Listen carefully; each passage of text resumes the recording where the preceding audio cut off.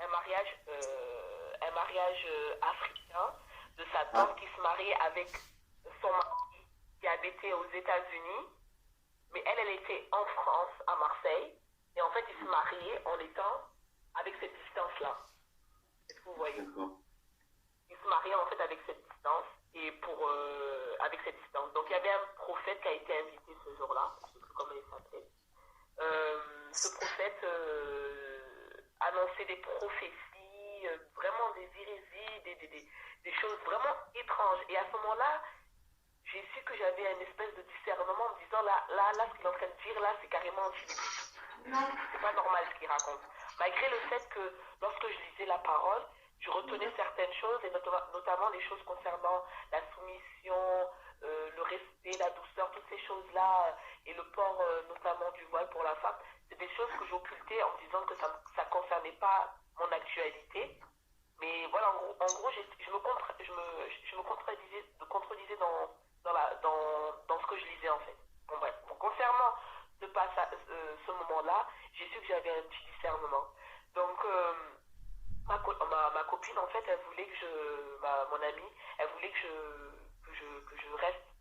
Et il y avait une femme aussi qui prophétisait. Et cette femme, lorsqu'elle prophétisait, elle faisait des actions comme si c'était une actrice, en fait. En fait, pour les gens qui étaient présents, c'était carrément quelque chose d'extraordinaire. Mais moi, j'arrivais à voir que ce qu'elle faisait, c'était du cinéma. Parce elle faisait c'était vraiment étrange. Et tout le monde était dedans. Il y avait des amens qui pleuvaient à droite, à gauche. Ils disaient des choses. Ils disaient, lisez tel verset, vous allez l'avoir s'accomplir dans votre vie. Et moi, je regardais ce qu'ils disaient, c'était même pas dans la Bible. Mais je dis, mais je me suis dit, mais et ma copine me dit, mais reste là, t'inquiète pas, les Africains, tu sais comment ils sont, ils font plein de cinéma. J'ai dit, oui, mais là, ici, dans l'endroit, là, vraiment, c'est bizarre. Elle me dit, non, t'inquiète, reste, on va manger. J'ai dit, moi, je mange pas ici, moi, je vais partir. Elle m'a dit, vas-y, reste, j'ai dit, non, je pars. Et en partant, en fait, le prophète, il était à l'extérieur. Et il a pris la main de mon fils. Je pense qu'il voulait lui dire bonjour, ou je sais plus. Et donc, moi, je l'ai regardé comme ça, un peu mal à l'aise, mais je lui ai quand même dit que Dieu vous bénisse. Et il m'a répondu que toi aussi. Et de là, je suis partie avec ce sentiment-là. J'étais vraiment dans un endroit vraiment. Là, il y a quelque chose qui ne va pas. Et du coup, ce moment-là, je l'ai fait partager un pasteur qui était un pasteur stagiaire, on l'appelait. Et avec le recul, je me dis même, pasteur stagiaire. Et il m'avait dit que je ne devais pas trop m'inquiéter, que effectivement, dans le christianisme, il y avait beaucoup de différences, mais qu'il fallait s'attacher à la parole, il fallait y avoir de l'amour. Bref, il avait fait un petit propos comme ça. Donc moi, petit à petit, je m'intéressais à la parole. Petit à petit, je changeais certaines choses chez moi, ma façon de penser, ma façon de réagir. Parce que j'étais quelqu'un de très dominatrice et je manquais beaucoup de respect, insolente. Et par rapport à la parole, concernant l'autorité, qu'il fallait que je respecte l'autorité, notamment mes employeurs, et j'étais très insolente à cette époque-là, j'avais changé cette manière d'être. Non, enfin, c'est pas moi, je sais que c'est Dieu, mais je voyais qu'il y avait un changement, et que petit à petit, jusqu'au jour, petit à petit, je me transformais comme ça, mais pas entièrement. Donc, je continuais quand même, malgré cela, j'avais arrêté la fornication. Je ne sais pas si vous avez entendu ce passage-là. Allô? Oui, on a entendu. Le passage avec le père de mon fils, vous l'avez entendu qu'à la veille, j'avais arrêté. Oui, donc j'avais arrêté ce fait-là. Et puis petit à petit, je délaissais des choses, mais j'étais quand même dans le monde. Même si on m'invitait à aller dans une soirée, je serais allée, par exemple, jusqu'au jour, en fait, je suis tombée sur une émission sur Facebook à cette époque-là. Et j'étais dans un groupe d'amis de chrétiens. Et une personne sur ce site-là avait mis une vidéo choc, en fait, concernant l'industrie et le satanisme. Donc moi, j'ai tapé dessus par curiosité, et lorsque je voyais ça, je regardais sans regarder en me disant que c'était des hérésies, que c'était du n'importe quoi. Mais quand même, quelque chose a fait en sorte que je puisse regarder jusqu'au bout. Et à ce moment-là, je sais pas pourquoi, mais j'ai pris peur et j'ai réalisé que, en fait, c'est à ce moment-là, en fait, que j'ai réalisé que j'étais dans un monde de ténèbres. Que tout ce que j'aimais, par exemple, malgré le fait que j'aille à l'église, que j'ai été baptisée, etc., je continuais, moi, à aimer toutes ces musiques mondaines. Je continuais, moi, à m'habiller de façon très provocante. Je continuais à faire toutes ces choses-là sans me rendre compte que ce que je faisais était mal. Et à ce moment-là, dès que j'ai vu cette vidéo, ça m'a fait tilt. Et j'ai été dans la crainte, j'ai été dans la peur en fait. Je pensais que j'ai réalisé que j'ai réalisé à ce moment-là que j'étais dans les ténèbres et que le monde dans lequel nous vivions était dans les ténèbres. Petit à petit, je regardais d'autres vidéos, notamment le titre c'était vous êtes chrétien, mais vous êtes des chrétiens prostitués, machin. Et je regardais et lorsque le frère il citait des choses, je disais mais en fait ça me concerne ce qu'il dit parce que c'est exactement ce que je suis en train de vivre. Et petit à petit, le Seigneur m'a fait tomber vraiment les écailles que j'avais dans les yeux et vraiment les bouchons, vraiment bouchés que j'avais, tout a explosé quoi. Et à partir de ce moment-là, j'ai eu la crainte et disons, je me suis mise vraiment à appliquer la parole. Vraiment petit à petit. Bon, au début, j'ai vécu quand même dans la peur. Dans le sens où, pour moi, j'étais environnée pas que des démons, mais disons, les gens étaient méchants oula, admettons, si j'éteignais la lumière, je pouvais pas dormir. C'était quelque chose de, oula, si je fais ça, oula, je vais me faire attaquer, quoi. J'étais dans la peur. Pourtant, oui, le Seigneur est là, mais j'étais dans la peur. Jusqu'au jour où le Seigneur m'a délivré de cette peur en me disant, tu peux pas avoir peur alors que tu es mon enfant. Et à ce moment-là, si je vois qu'il y avait une mauvaise pensée, quoi, j'anéantissais, je liais tout ça.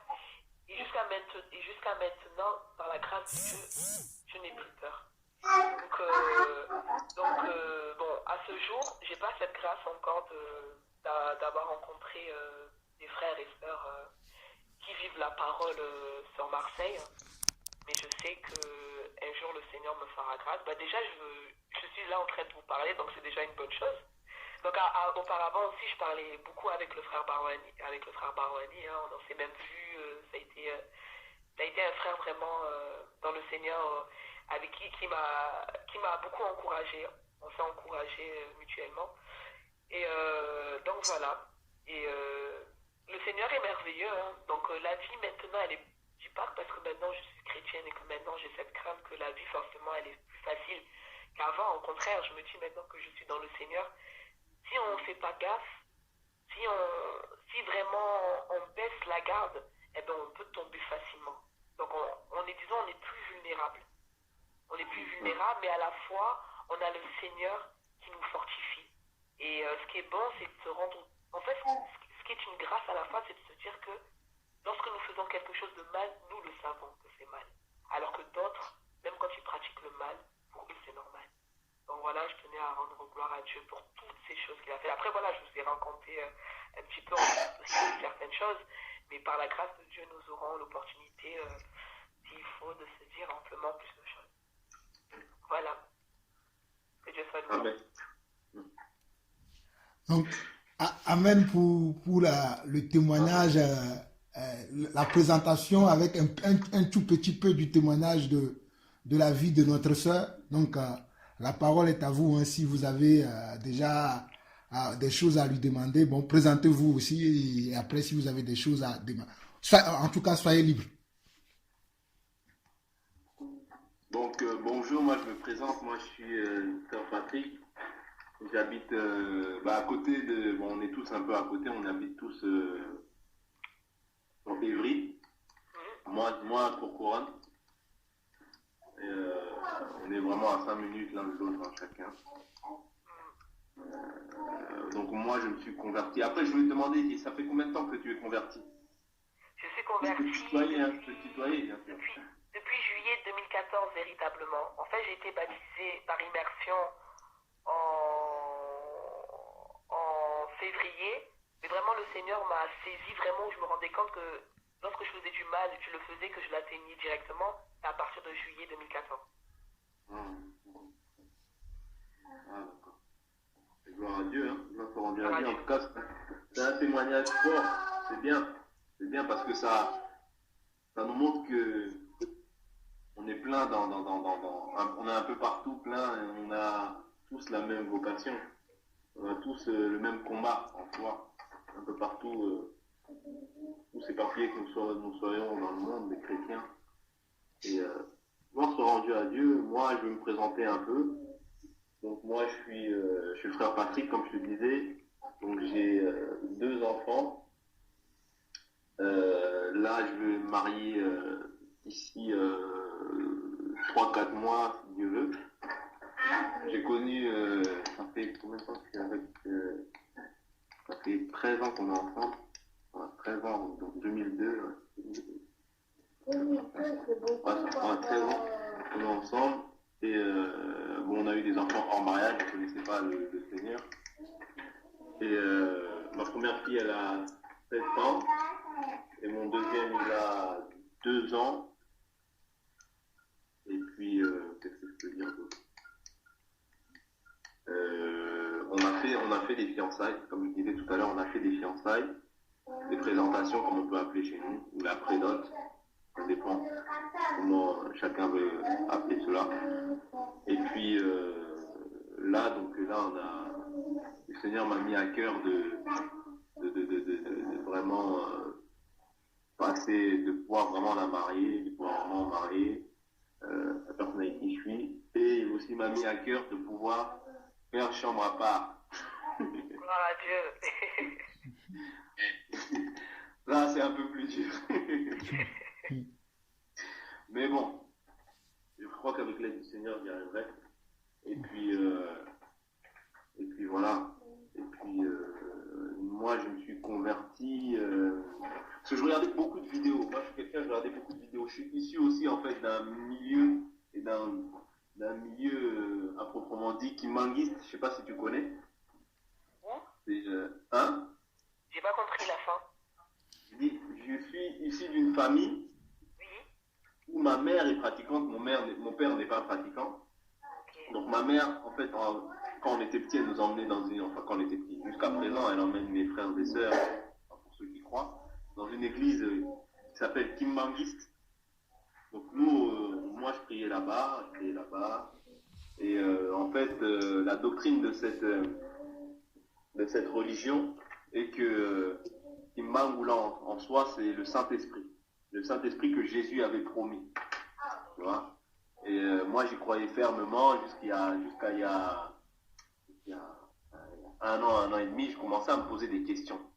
Quand je commençais à me poser des questions parce que j'avais emmené ma fille là-bas, parce qu'en fait, là-bas, une fois que tu as un enfant, il faut le faire sortir devant l'église et que les pasteurs puissent prier pour l'église, pour l'enfant. En soi, pour la bénir, quoi. Parce que la Bible ne nous dit pas ça. La Bible nous dit qu'on est béni de toute bénédiction en acceptant Jésus. Et puis, moi, d'un moment, je commençais à lire un peu la Bible. Tu vois, je commençais à m'intéresser à l'église. Parce que, je sais pas, j'avais cette impression que j'allais mourir. Je sais pas pourquoi, j'avais cette idée en moi que je pouvais mourir à tout moment. Parce que moi, je suis quelqu'un, j'ai déjà fait 2 accidents, je fais déjà 2 comas. Et ça m'a, j'ai pas été mort. Donc, tous ces accidents-là, tu vois, toutes ces choses-là, elles sont revenues à mon cœur. Oui, si tu meurs demain, où tu iras? Oui, si tu meurs demain, où tu iras? Cette pensée-là, elle me venait gros à cœur. Et après, j'ai commencé vu que moi, ma mère, c'était la super religieuse dans la famille, la femme vraiment qui prie. Et pour moi, ma mère, elle était parfaite. Donc, je me suis dit, bon, maman, là, faut que je commence à aller à l'église, parce que je sais pas, si je meurs demain, où est-ce que mon esprit ira et tout. Donc, je commençais à fréquenter plus assidûment l'église. Je commençais à aller de plus en plus. Et de plus en plus que je voyais des choses, de plus en plus je voyais des gens qui se prosternaient devant des dames, devant des messieurs. Moi, je n'ai jamais fait ça. Mais ça me dérangeait au plus profond de moi. Au plus profond de moi, ça me dérangeait. Parce que là, en fait, c'est ça la doctrine là-bas. C'est que, en fait, vu que Simon Kimbangu, il a été annoncé par Jésus, eux, ils disent que c'est le Saint-Esprit. Et maintenant, la lignée, donc ses enfants et les enfants de ses enfants, les gens se prosternent devant eux, pensant que eux aussi ils ont reçu quelque chose du père ou de la mère. Enfin du père en soi. Donc vu qu'après le fils du prophète, du soi-disant prophète Imamou, son fils a été le chef spirituel. Donc maintenant, les gens se prosternent devant sa fille. Et sa fille, elle prie pour les gens, elle prêche à la fin. Voilà, quand elle vient, les gens lui déroulent le tapis rouge. Elle rentre, les gens ils sont au garde à vous limite. Voilà, c'est un peu ça quoi. Ils ont une chaise spéciale pour elle. Donc moi, au bout d'un moment, toutes ces choses-là, ça commençait à me trottiner dans la tête. Je me disais, mais est-ce que tout ça c'est normal? Est-ce que tout ça c'est biblique? Est-ce que tout ça c'est de Dieu? Je commençais à lire, mais je disais, mais la Bible elle dit que tu ne te prosterneras pas devant tu ne peux pas te prosterner devant quelqu'un. Et même quand je lis l'Apocalypse de Jean, quand Jean il a voulu même se prosterner devant un ange, l'ange il a dit non, lève-toi, je suis ton compagnon de service. Quand je dis ça, je dis mais comment se fait-il que ces gens-là ils se prosternent devant une personne faite de chair et de sang comme moi, comme toi et moi? Ça commençait à me trotter. Après j'ai dit, je pense pas que Dieu est là. Je suis sorti. Après j'ai commencé à... Je me disais quand même, tu vois, je suis sorti, mais je me disais quand même qu'il faut que je fréquente une église. Je me disais que malgré que je sois sorti, je ne dois pas rester comme ça chez moi, bras ballants, parce que j'ai connu une déception en soi. Donc après, j'ai commencé à regarder des prêches sur Internet. Bon, après, tu connais, hein, quand tu tapes sur Internet, tu as les premiers noms qui sortent. Donc c'est Ivan Castano. T'as des premières têtes d'affiche et tu as les secondes têtes d'affiche sur Internet. et moi, voilà, directement, quand je commençais à taper, je regardais, boum, je tombe sur la vidéo d'Ivan Castano. Il est différent que monsieur, il prêche bien et tout. Après, je vois à l'église et tout. Je me dis, bon, je vais essayer d'aller faire un tour. Je suis allé avec mon cousin, un cousin à moi qui s'appelle Junior aussi. Je suis allé avec lui, on est parti. Non, premièrement, je suis allé tout seul. Après, je suis allé avec mon cousin Junior.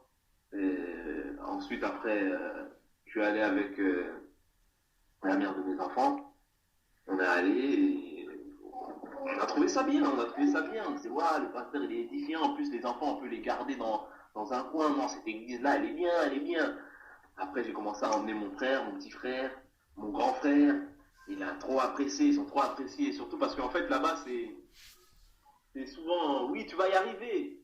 Même si on disait que tu étais pauvre, tu vas y arriver. Même si on disait que tu étais allé en prison et que les gens avaient plus d'espoir en toi, tu vas y arriver. T'inquiète pas, tu sortiras. Même si on disait que tu n'y arriveras pas à faire ça, ben tu y arriveras. Je ne dis pas que c'est faux, c'est vrai. Dieu aussi peut faire des choses, des miracles. Mais en fait, c'est vraiment beaucoup basé sur ça. Et après, moi, il y a 3, 4 ou 5 éléments qui m'ont fait sortir de là-bas. Parce que la femme, ma femme, je peux l'appeler ma femme parce que bientôt elle va être ma femme, mais si Dieu veut. Et elle était tombée vraiment limite fanatique. Après, moi, une fois que je suis allé là-bas, je commençais à lire déjà la parole. Donc, il a prononcé quelques phrases qui m'ont travaillé l'esprit. Je me disais, c'est pas normal tout ça, c'est pas normal.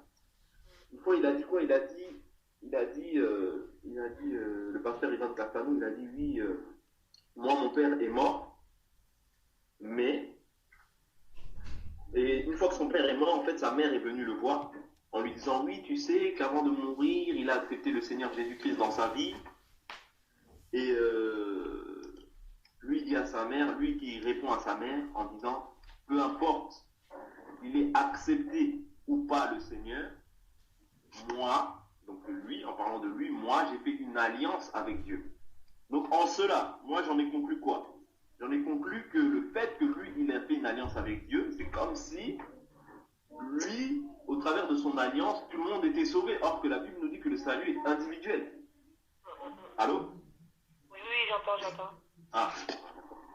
Donc la Bible nous dit que le salut est individuel. Et déjà ça m'avait trotté. Ça me plaisait pas. En fait, je commençais à être vraiment très strict. Parce que je me disais que faut pas que je me fasse avoir par qui que ce soit. En fait.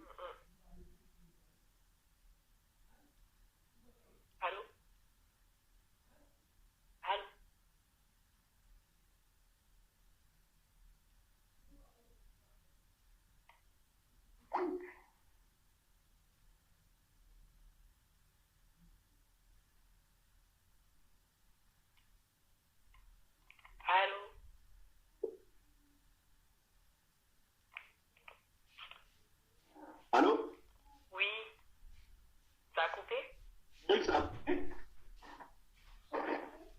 Pierre.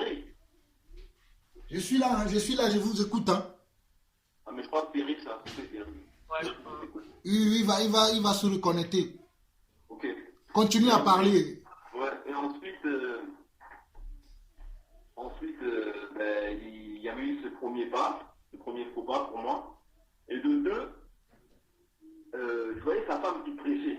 Tu vois, qui prêchait l'assemblée, vraiment, qui prêchait. Donc quand lui, il n'était pas là, c'était sa femme qui prêchait. Non seulement elle prêchait, que la Bible dit que la femme ne doit pas prêcher, enfin, prêcher la parole, n'a pas de ministère, mais elle, en fait, la femme n'a pas de ministère, mais elle s'autoproclame pasteur.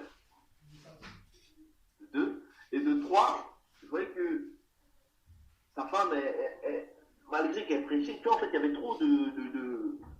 trop de choses qui s'accumulaient, en fait, dans mon esprit. Elle n'avait pas les cheveux couverts.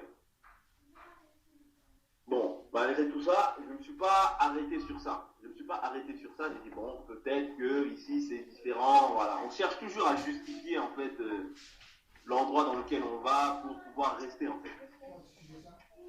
Et de trois, une fois je suis rentré dans une de leurs pièces là, où ils vendent des CD, des DVD. Et je sais pas pourquoi dans mon esprit, quand je suis rentré là, ça a fait comme si je rentrais dans une Fnac. Tout est payant, tu vois, en fait, tous les DVD, 30 euros, 20 euros, 35 euros, 10 euros, 15 euros. Après, je vois une machine à carte bleue. Et moi, vu que j'avais un restaurant et que je l'ai fermé il n'y a pas très longtemps,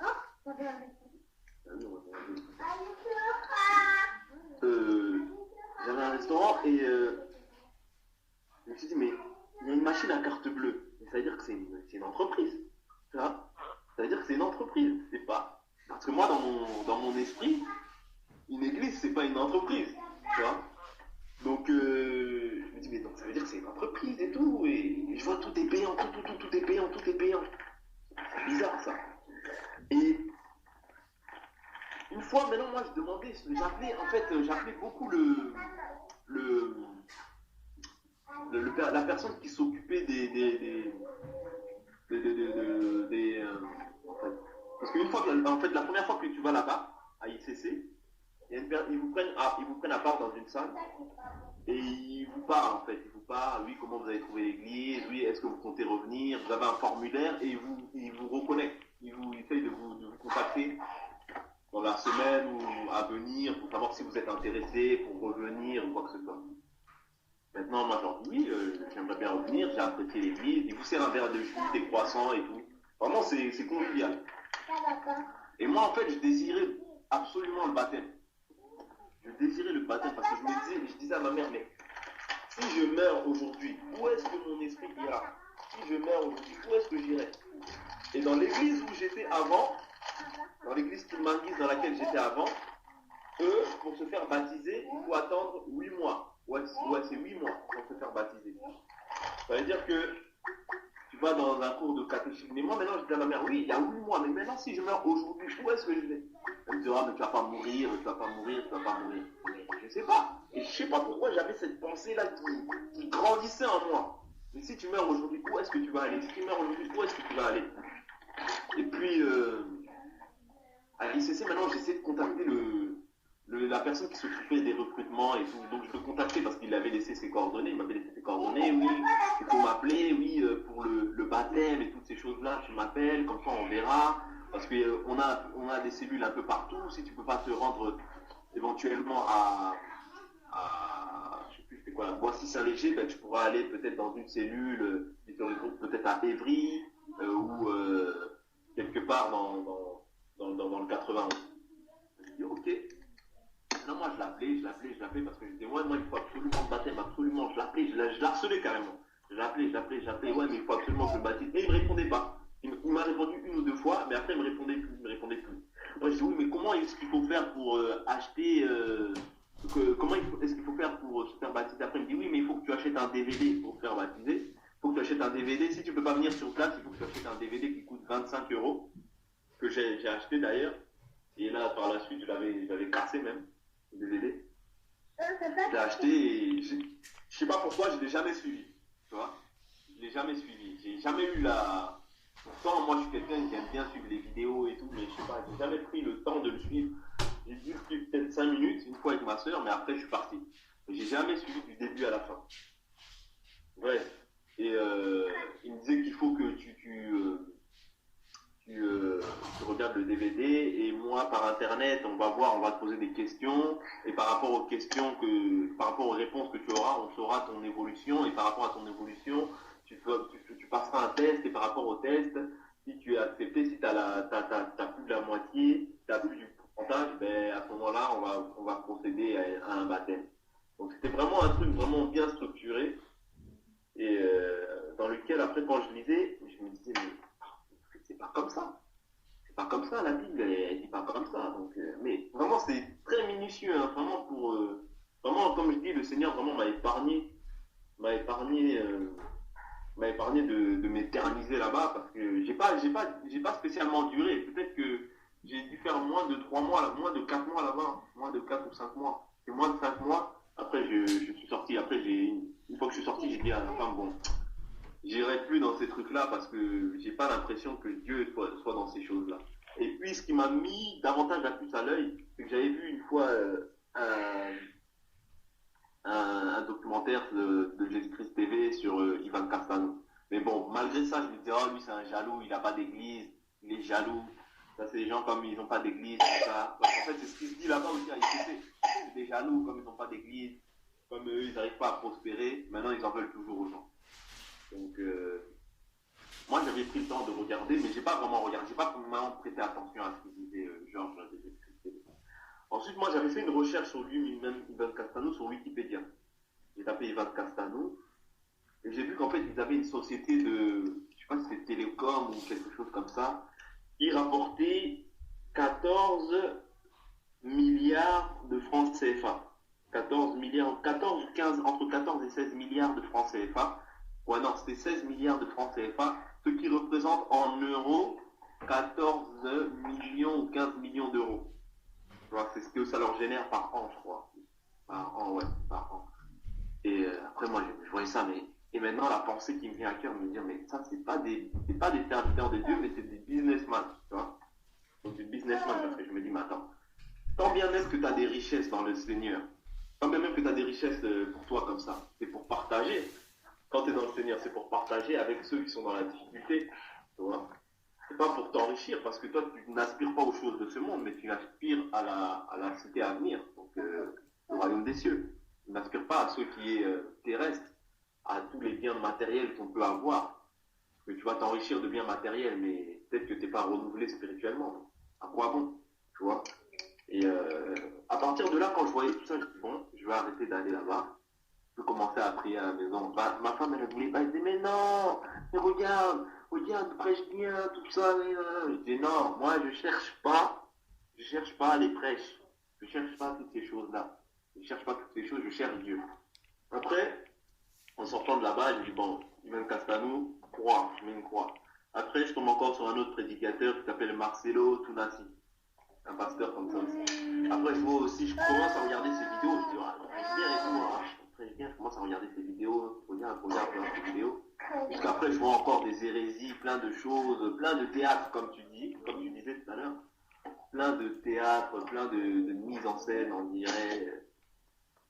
Et plein de blasphèmes d'ailleurs, on dirait, contre le Saint-Esprit, parce qu'il attribue des choses au Saint-Esprit, mais je ne sais pas, Dieu seul sait, mais c'est le Saint-Esprit qui œuvre de cette façon-là. Et mais bon. Et puis voilà, après je suis sorti de là et après j'ai commencé à lire un peu la parole, bien que ça devenait dur, au bout d'un moment je comprenais rien, parce que une fois que quand tu n'as pas le Saint-Esprit, tu ne peux pas comprendre pleinement les Écritures. Et après j'ai commencé à regarder les enseignements de l'être en Jésus, et je voyais que c'était différent, je voyais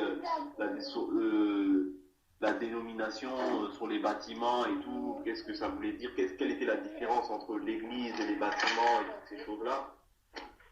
Et tu vois, je commençais à m'intéresser, je commençais à regarder les vidéos, Et par la suite, après, après, j'ai pris le contact, je regardais sur Internet, j'ai trouvé le contact du frère Alain Patrick. Alain Patrick, et je l'ai appelé, je lui ai expliqué un peu d'où je sors, d'où je suis issu, que je souhaiterais vraiment être baptisé dans le Seigneur parce que je n'ai pas reçu le baptême et que je me disais vraiment, si je mourais demain, où est-ce que j'irais? Donc ce jour-là, après on a pris contact, il m'a dit, bon ben quand tu veux, si tu veux ce week-end, on se voit et tout, il n'y a pas de problème, on se réunit dans les maisons, comme au temps des apôtres et tout, il m'a un peu expliqué, il m'a expliqué certaines choses. Et après, on a parlé. Ensuite, le week-end, je suis parti chez lui. Il m'a dit, ouais, mais c'est pas pressé, hein, si tu te sens pas prêt et tout, tu fais comme tu veux, hein, tu peux attendre une prochaine fois, sens-toi libre et tout, sens-toi libre de faire les choses quand tu as envie. Non, faut que je passe là, faut que je me baptise là, frère. Faut que je me baptise là, frère, parce que je ressens vraiment le besoin d'être baptisé. Et avant d'être baptisé, je regardais ces enseignements, mais il y avait vraiment un combat, parce que il y avait vraiment un combat dans mon esprit qui disait, mais le baptême, pour moi, c'est pas le baptême d'eau. Pour moi, je refusais le baptême d'eau au début, parce que je me disais, mais le baptême que Jésus nous a laissé, c'est le baptême du Saint-Esprit, et non pas le baptême d'eau. J'avais pas compris qu'en fait, le baptême d'eau, il se faisait au nom de Jésus, et c'était plus le baptême de Jean pour la repentance, parce que la repentance, en fait, elle est personnelle. Tu vois, la repentance, elle est personnelle, tu l'as fait entre toi et ton Dieu, et non plus devant un homme. Et la repentance des Israélites, si je me souviens bien, c'était la repentance devant Jean-Baptiste, mais qui baptisait d'eau pour la repentance. Et là, c'est une repentance différente, en fait, mais c'est une repentance que toi, tu dois faire, pas envers une personne, mais envers ton Dieu. Et ensuite, tu reçois le baptême au nom de Jésus. Et par la suite, tu recevras le Saint-Esprit. Et moi, j'avais vraiment un combat. Je me disais, non, le baptême, c'est le baptême du Saint-Esprit. C'est pas le baptême d'eau. Le baptême d'eau, c'est le baptême de Jean-Baptiste. Jean-Baptiste, il a dit, vous croirez en celui qui vient après, c'est-à-dire en Jésus. Lui, il vous baptisera du Saint-Esprit et de feu. Donc moi, je m'étais arrêté sur ça. Je n'avais pas voulu pouvoir ouvrir mon esprit. Donc il y avait un combat. Donc, pendant au moins 5-6 mois, 5 ou 6 mois, j'hésitais. J'avais le contact du frère Alain Patrick, mais j'hésitais. Je disais, mais non, lui, il est pour le baptême d'eau. Non, c'est pas le baptême d'eau, c'est le baptême du Saint-Esprit, tout. Jusqu'à ce que le Seigneur a mis vraiment à mon cœur que non, le baptême d'eau est toujours d'actualité, mais par la suite, je recevrai le baptême de Saint-Esprit. Donc, après, j'ai contacté le frère Alain Patrick. Une fois que je l'ai contacté, j'ai été chez eux. Il m'a expliqué les choses, puis j'ai reçu le baptême. Et ma femme, en fait, qui est avec moi aujourd'hui, elle, elle m'a rejoint par la suite parce que le jour où je devais aller, elle est sortie du travail. Elle me dit, oui, mais tu vas tout seul. Je dis, ben, si tu vois, tu veux pas m'accompagner, moi j'y vais. Je t'avais dit déjà que j'y allais. Donc, si tu veux, tu viens. Si tu veux pas, tu viens pas. Oui, bon, attends, ben, je viens avec toi. Ensuite, je vais aller. Je dis, bon, ben, je t'attends. Ah, ben non, finalement, j'y vais plus. Je dis, bon, d'accord, bon, ben, je pars. Elle me rappelle 2 minutes après. Oui, mais attends-moi, je viens en fait. Je dis, bon, d'accord, ben, je t'attends. Elle me rappelle 2 minutes. Ah, mais non, en fait, là, j'y vais plus. Après, je dis, bon, bah, vas-y, ok, d'accord, moi, j'y vais. J'arrive dans la voiture. Bah, attends-moi, en fait, je viens avec toi. Mais, tu viens ou tu viens pas? Si, je viens. Elle me rappelle 5 minutes. Non, mais en fait, vas-y, c'est bon. Et ne m'appelle plus. Après, elle me rappelle encore. Oui, mais attends, je veux venir. Je dis, soit tu laisses, soit je pars. Et j'ai compris, tu vois, par la suite, que vraiment, Satan l'utilisait pour vraiment ne pas que la promesse du Seigneur aboutisse dans ma vie, tu vois, dans ma vie. Et par la suite, elle aussi, elle m'a rejoint, mais avec mon frère. Elle m'a rejoint avec mon frère en voiture. Mon frère l'a déposé, en fait, chez Alain Patrick. Et elle aussi, ce jour-là, elle n'était pas venue du tout pour se faire baptiser. Elle était juste venue pour voir, pour assister, en quelque sorte. Parce que le Seigneur lui mettait à cœur il fallait qu'elle soit là, qu'elle assiste et tout. Donc elle m'a rejoint en voiture après. Et elle aussi, le même jour, en fait, elle a été touchée par la parole du Seigneur. Et elle aussi, elle a été baptisée. Donc on a été baptisés le même jour, elle et moi. Et puis voilà, après, c'est ce jour-là moment-là aussi il y avait le frère Jean-Paul. D'ailleurs, qui ne venait même pas depuis un certain temps. Qui ne se réunissait plus trop avec les frères depuis un certain temps. Donc ce jour-là, d'ailleurs, il disait, je ne sais pas pourquoi je suis venu là, mais je suis là. Je ne sais pas pourquoi, mais je suis là. Donc moi, je pense que vraiment le Seigneur ne fait pas les choses au hasard. Il ne fait pas les choses au hasard. Moi et Jean-Paul, on habite vraiment à 3-4 minutes en voiture. Et Périph, pareil. Donc je pense que le Seigneur ne fait pas les choses au hasard. Tu vois, même le fait que je suis en relation avec des frères qui ne soient pas très loin. Bon, ils habitent à 35-40 minutes de chez moi, Alain Patrick. Mais vraiment, le Seigneur sait comment il fait les choses et vraiment, il fait bien les choses. Il fait bien les choses pour que nous puissions être à l'aise dans notre communion avec lui et que nous puissions vraiment grandir au travers des personnes à qui il a confirmé l'appel, quoi. Donc voilà un peu, si je peux t'expliquer ma vie. Donc comme ça, après, on est resté en contact avec le frère Jean-Paul et les autres frères. Et puis voilà, c'est un peu ça. Donc depuis donc, je sais plus si c'était juin ou juillet, et puis depuis là, on est en contact avec le frère Jean-Paul. Donc on se réunit en général chez moi, mais on peut tout bien même se réunir sur Skype, on peut se réunir chez Pierry, on peut même se réunir chez Jean-Paul. Donc voilà, et moi après, en général on se réunit chez moi, on peut se réunir partout, parce que l'église de Dieu n'a pas de frontières, n'a pas d'endroit, n'a pas de lieu. Donc l'église de Dieu c'est nous tous, c'est une église volante, c'est pas une église qui se situe à un endroit précis. Donc voilà, donc, si je peux t'expliquer en gros et large un peu ma vie, moi c'est un peu ça. Sinon avant, j'étais comme tout le monde dans le monde, pétard, sans se soucier vraiment des choses de Dieu. Mais j'ai toujours eu cette pensée, dans mon cœur, qui me disait que un jour, il faut que tu serves Dieu. Je ne sais pas pourquoi j'ai toujours eu cette pensée-là. J'ai toujours eu cette pensée-là. Un jour, il faut que tu serves Dieu. Un jour, il faut que tu te repentes. Un jour, il faut que tu serves Dieu. Et sans pour autant me lire la parole, sans pour autant... voilà, un chrétien du dimanche, si on peut l'appeler comme ça. Donc voilà. C'est un peu ça. Après, je sais pas si Pierre-Yves il peut parler de lui, se présenter. Je sais même pas si tu es en connexion, Pierre-Yves. Allô? Il est là, il nous entend. Ah, tu es là? Si tu veux parler, la parole est à toi.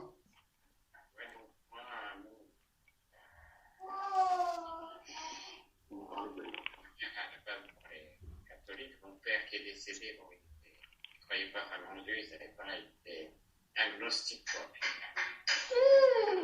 Il s'était beaucoup éloigné de Dieu pendant un moment, enfin, éloigné de sa religion, on va dire, parce qu'il s'est réinvesti pas mal dedans, enfin, voilà. Et puis moi, assez rapidement, je suis devenu athée. Bon, quand j'étais enfant, on m'a mis au catéchisme, tout ça, je croyais en Dieu, mais bon. Après, j'ai dit Dieu m'a fait handicapé, etc. Bon, et puis après, j'ai cessé de croire. Jusqu'à 9 ans. Après, j'ai eu quelques relations, quelques copines qui, d'ailleurs, étaient valides. C'était pas évident. Un handicapé... moi, j'ai eu plusieurs relations comme ça, voilà. Et puis, à un moment, j'avais rencontré, par un site de rencontre, une jeune fille. En fait, elle était venue, mais après, c'était compliqué, tout ça. Puis après, qu'elle revienne, elle venait pas. Et puis, moi, ça n'a pas duré longtemps, mais j'étais pris de passion. Ouais, après, la passion, c'est superficiel, et ça dure pas. Et, après, ça m'avait tellement stressé, frustré et tout. En fait, j'ai eu 4 nuits d'insomnie. Et je dormais 1 heure par nuit pendant 4 nuits. Et la dernière nuit, voilà, c'est auquel j'avais jamais cru, tout ça. Bon, j'ai quand même une idée. Voilà, au cas où j'ai dit, ouais, si tu existes, si tu c'est ça, machin, tout ça. Ça, oui, ça.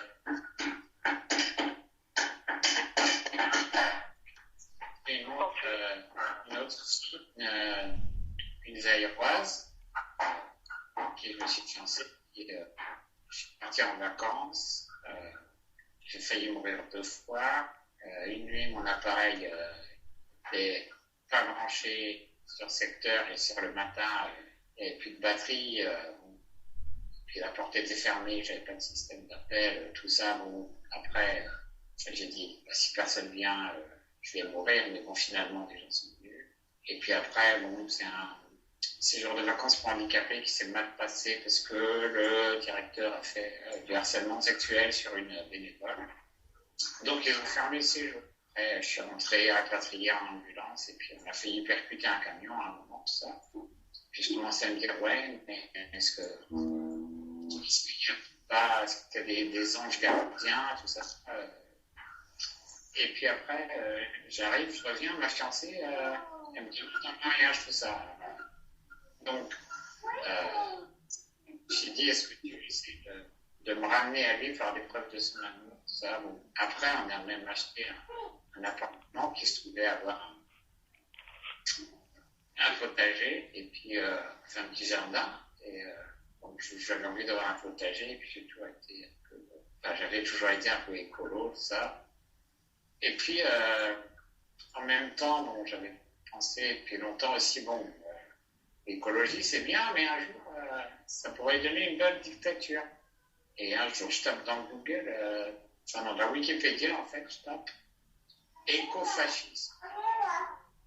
Et je suis tombé sur un site qui était chrétien, qui était New Age, en fait, et il parlait des sociétés secrètes, complot mondial, etc., et la puce RFID, etc. Bon, c'est là que j'ai entendu parler de la puce RFID.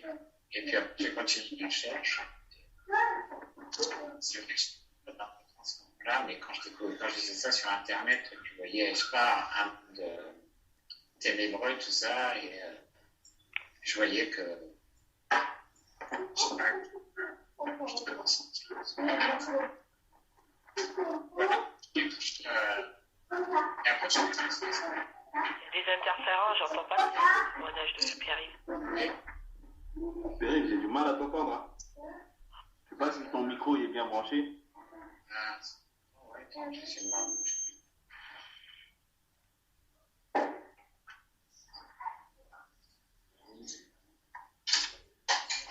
Ibrahima. Ibrahima. Oui.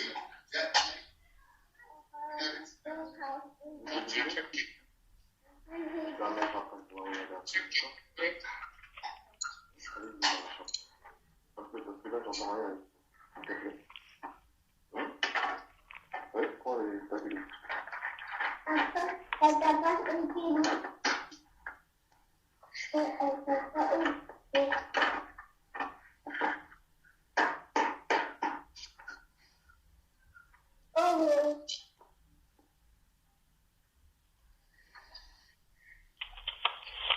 C'est pas fini. Papa, c'est pas fini.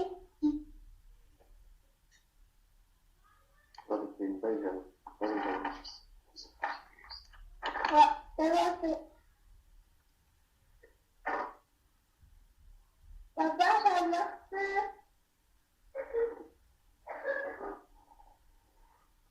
Yannis, viens.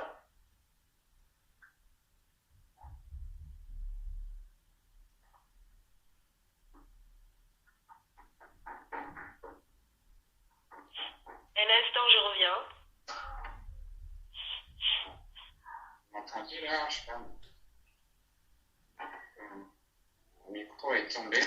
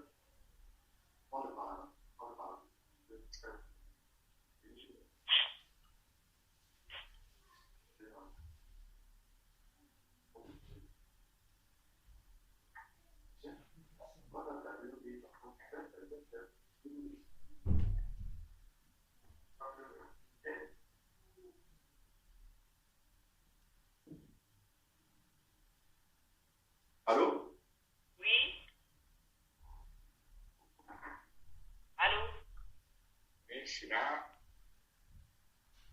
Allô? Allô?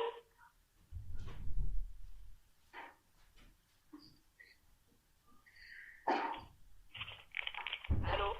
Oui, allô? Allô? Oui, allô? Donc, tu as écouté un peu les témoignages des frères Sœur Joséphine. Allô? Allô? Oui, Sœur Joséphine, tu as écouté un peu les témoignages des frères? Il y avait beaucoup d'interférences en fait. Ah bon? J'entendais, oui, du coup je disais, j'arrêtais pas de dire d'ailleurs au téléphone que j'entendais pas grand chose. Ah. Mais tu as écouté, tu as écouté le frère Patrick, hein? Oui, le frère Patrick, j'ai bien entendu. Ouais, avec le frère Pierre-Yves, je sais pourquoi tu as eu un peu d'interférence. Parce que c'est à cause de son. Parce qu'il a, il a un appareil au fait. Comme c'est un frère handicapé, donc des fois le bruit de l'appareil aussi avec le bruit, ça fait un peu de. Si tu n'es pas à côté de lui, tu peux pas bien comprendre. Ok, ok. Ah, le micro est tombé, je ne sais pas si vous m'entendez. Bon, lui il dit, ah bon, c'est lui-même qui parle là. Bon, vas-y Pierre-Yves. En fait, moi, j'ai sonné parce que il y avait un soignant à côté qui s'occupait de ma voisine, et j'ai appelé parce que mon micro était tombé, et puis il me dit, bah attends, j'arrive, je m'occupe d'elle après, et j'arrive après. Et j'ai essayé de lui dire, j'ai redit, mais mon micro est tombé, tout ça. Il a cru, enfin, il n'écoutait pas, ou il a cru que je disais ça sur Skype, mais en fait, c'était lui que je disais, mon micro est tombé, tout ça. Voilà. Du coup, je sonne. En fait, le micro du frère était tombé, vu qu'il est un handicapé, il n'a pas ses bras valides, hein. Donc il faut quelqu'un qui soit autour de lui tout le temps pour lui porter secours, au fait. Et la personne qui était là n'avait pas compris quand il disait que son micro était tombé, la personne n'avait pas compris, quoi. Mais de toute façon, et quand tu auras le temps de venir à Paris, toutes ces personnes-là, tu vas les voir en live et vous aurez vraiment le temps de discuter de long et en large, hein. Ouais, super. Donc, en gros, juste dire que, voilà, donc, en fait, c'est à cause de la puce RFID qui ressemblait tellement à la marque de la bête. Et quand j'ai vu le site qui mettait ça en parallèle, donc là, j'ai vraiment cru en Dieu. Après, en lisant les évangiles, parce que j'ai compris le sens de la croix, pourquoi Jésus était mort sur la croix pour nos péchés, je me suis converti, voilà. En gros, c'est ça. Mais à cause de quoi tu as... À cause de la puce RFID. À cause de quoi? La puce RFID, la puce des Américains. Là. Ok. Gloire à Dieu. Gloire à Dieu, comme tu dis. Donc, au fait, aujourd'hui, on avait prévu de parler j'avais prévu enseigner, nous sommes en Christ, mais le Seigneur a conduit autrement, vu que bon, tout ça s'est rentré dans les partages, chacun a parlé, parce que nous, en général, on suit la manière dont le Seigneur nous conduit, hein. On ne dit pas, oui, on doit parler de la croix aujourd'hui, donc non, on laisse le Seigneur conduire. Donc, vu que le Seigneur a fait qu'on s'est présenté, chacun a parlé un peu de son parcours, je vais quand même parler d'un verset qui parle un peu de tout ce que vous avez dit là. Moi, je ne vais pas parler beaucoup parce que j'ai eu l'occasion de parler déjà avec toi plusieurs fois. Bon, pour ne pas que ça soit trop long dans la répétition. C'est pour ça que moi, j'évite de parler, hein. Mais sinon, on a tous les mêmes parcours. On vient tous des mêmes horizons. Du monde, du péché, de la fornication. Moi, j'étais, pour un peu parler un peu de moi, non seulement je forniquais, mais j'étais aussi un menteur, un voleur. Et... Moi, j'étais dans la communication avec ma copine, et le jour où vraiment je sais que je suis né de nouveau, c'est le jour où je lui fais part de ma décision d'arrêter la fornication aussi. Donc vraiment, ça m'encourage quand j'entends le témoignage de Patrick. C'est pour ça que j'ai dit un grand amen, parce que voilà, c'est ce que j'ai vécu aussi après. Nos chemins se sont séparés, et puis elle m'a quitté, mais après, elle s'est convertie quelques mois après. Donc maintenant, c'est ma sœur en Christ, et on est toujours en contact, et puis on a fait un travail ensemble, un peu aidé par ma famille d'enregistrement de la Bible Osterwald que je chante sur Internet. Donc, j'ai rien perdu, quoi. Maintenant, j'ai une sœur en Christ, voilà. Amen. Donc, le frère disait au fait qu'en écoutant, parce que bon, c'est vrai que le frère Patrick n'a jamais parlé de plus en détail de son... Bon, moi, je connais un peu le témoignage du frère Patrick, mais par contre, le frère Pierre-Yves, lui, ne connaît pas le détail du témoignage du frère Patrick. Comme moi aussi, je connais un peu des détails de ton témoignage parce qu'on se connaît depuis longtemps. Donc, aujourd'hui, ça a permis que le frère Pierre-Yves puisse connaître au fait davantage... le passé du frère Patrick. Donc, c'est ce qu'il disait tout à l'heure, qu'en entendant ça, il voit que, bon, lui, il n'est pas le seul qui vient de la fornication, de toutes ces choses-là. Donc, je disais, juste pour conclure ce moment de partage que nous avons eu, que des fois, nous pensons que le moment de partage, c'est juste, ah oui, on est là, on enseigne. Des fois, le moment de partage peut être aussi que un témoignage.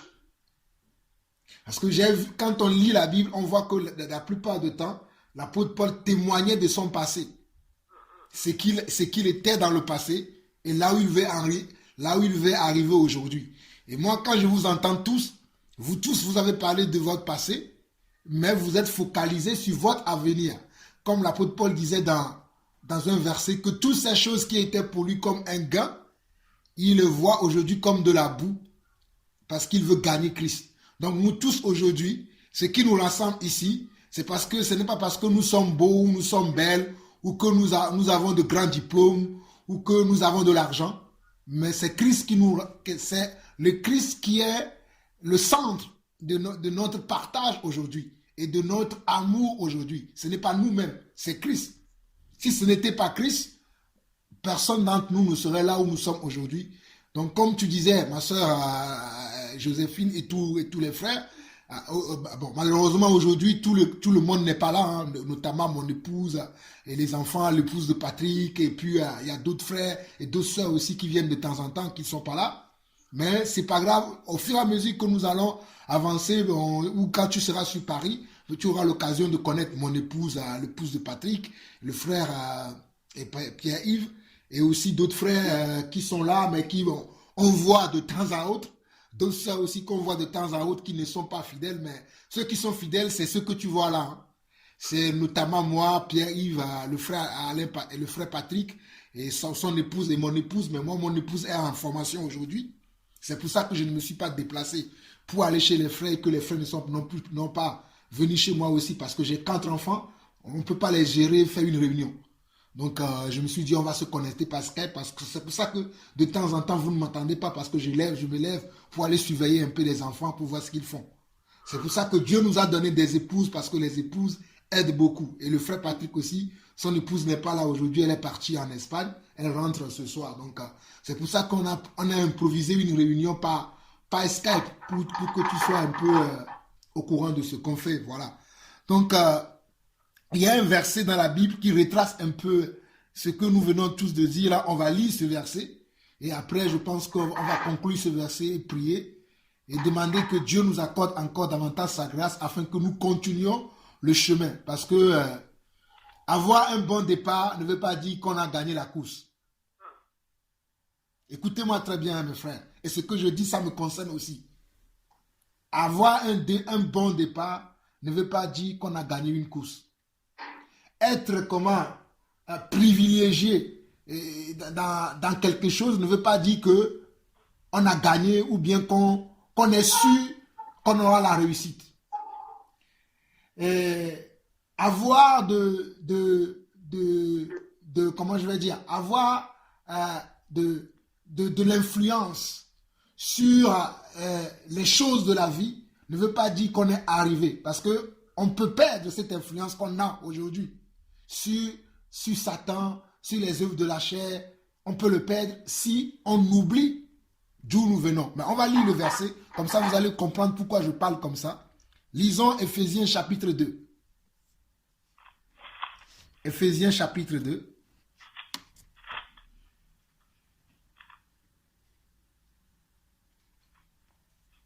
On va lire du verset 1 au verset 10. Et nous allons nous arrêter là aujourd'hui. Peut-être on va lire encore un deuxième verset et puis on va s'arrêter là. Après on va prier bien sûr. Donc Éphésiens chapitre 2 nous dit ceci. Vous étiez morts par vos offenses et par vos péchés, dans lesquels vous marchiez autrefois, selon le train de ce monde, selon le prince de la puissance de l'air, de l'esprit qui agit maintenant dans les fils de la rébellion. Regardez bien, nous étions, vous étiez. Ça veut dire que nous, c'est là où nous tous nous étions avant. Je vais relire le verset 1 et le verset 2. Vous étiez morts par vos offenses et par vos péchés, dans lesquels vous marchiez autrefois.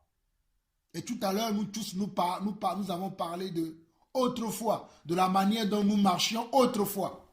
Donc aujourd'hui, il ne faut pas que cela soit encore pareil comme nous marchions autrefois. Si nous disons que nous sommes en Christ. Je continue.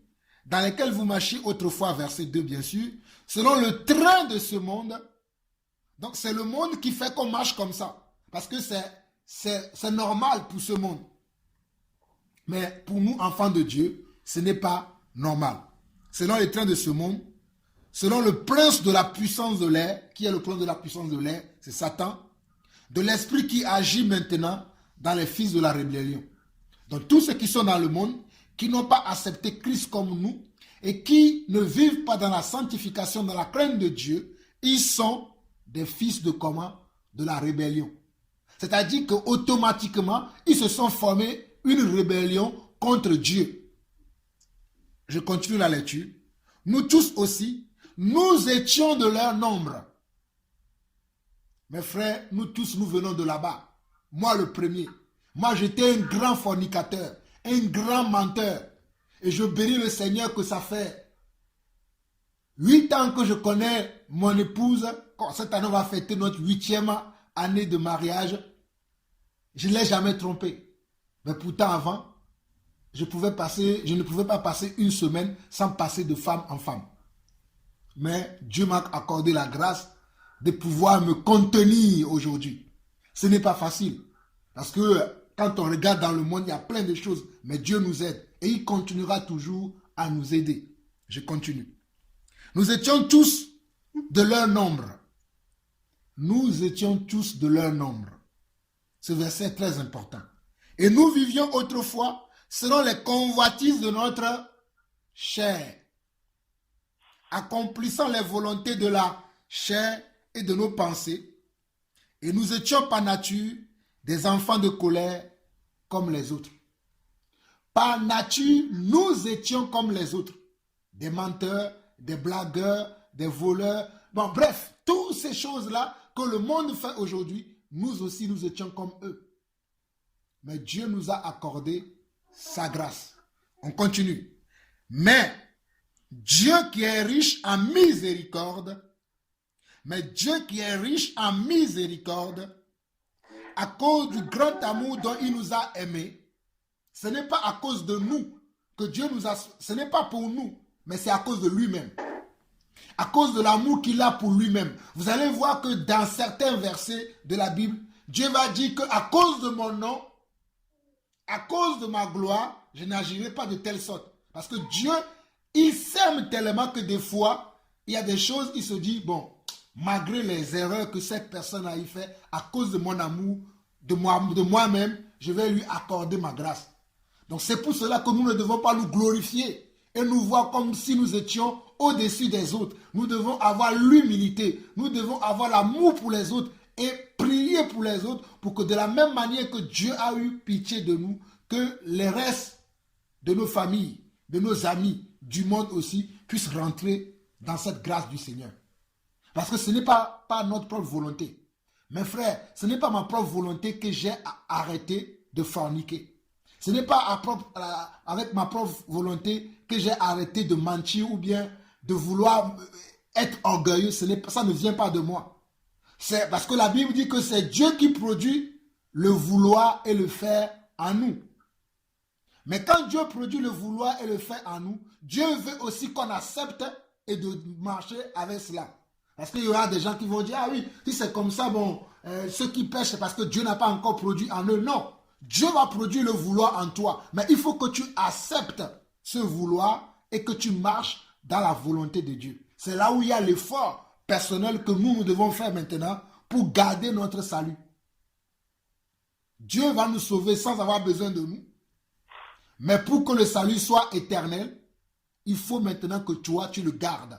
C'est pour ça que Dieu va dire dans sa parole, dans plusieurs versets, veillez, car l'adversaire rôde. Veillez, car je reviendrai à l'improviste. Veillez, car le jour du Seigneur viendra à l'improviste. Donc nous devons veiller sur notre façon de faire. C'est là où nous travaillons maintenant, où Dieu, lui, ne va plus nous forcer. Il nous a montré la vérité. Il nous a montré le chemin. Mais il attend maintenant que nous, nous fassions notre part du contrat qu'il a fait avec nous en nous sauvant par le sang de Jésus-Christ. Aujourd'hui, j'avais voulu parler de nous sommes en Christ. Qu'est-ce que cela veut dire être en Christ?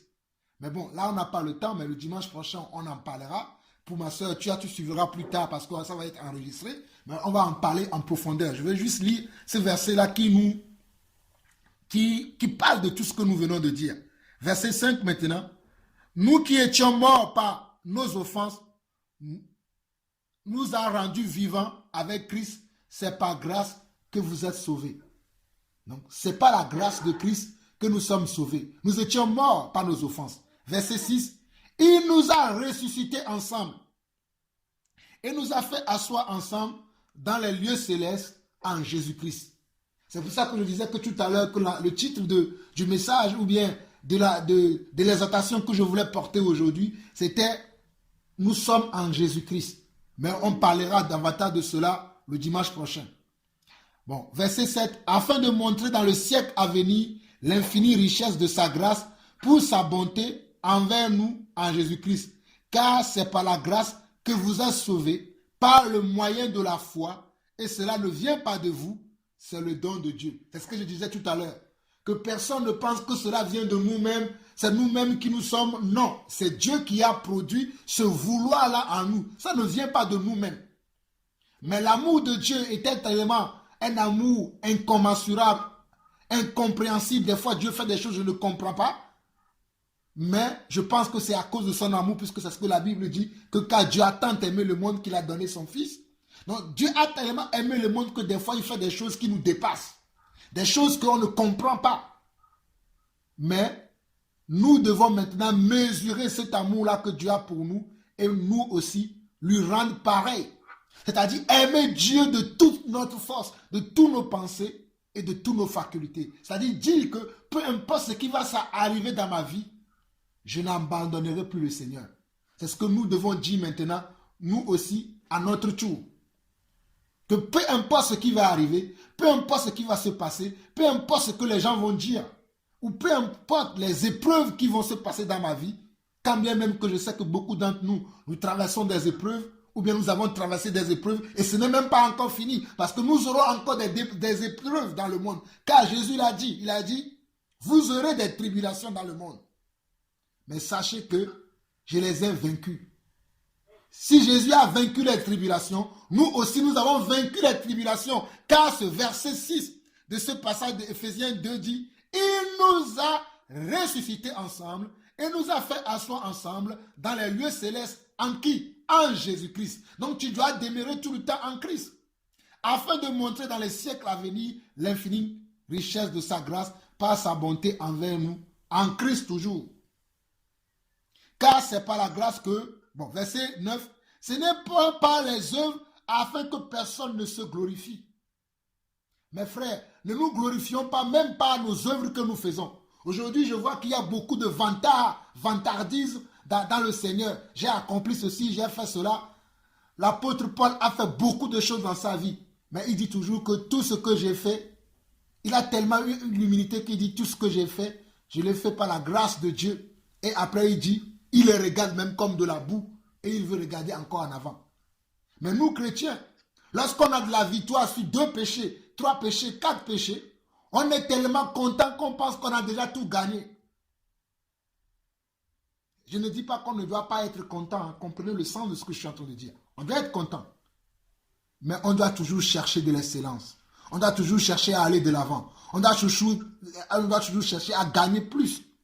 Pas gagner de l'argent comme les gens dans le monde, mais à gagner Christ davantage.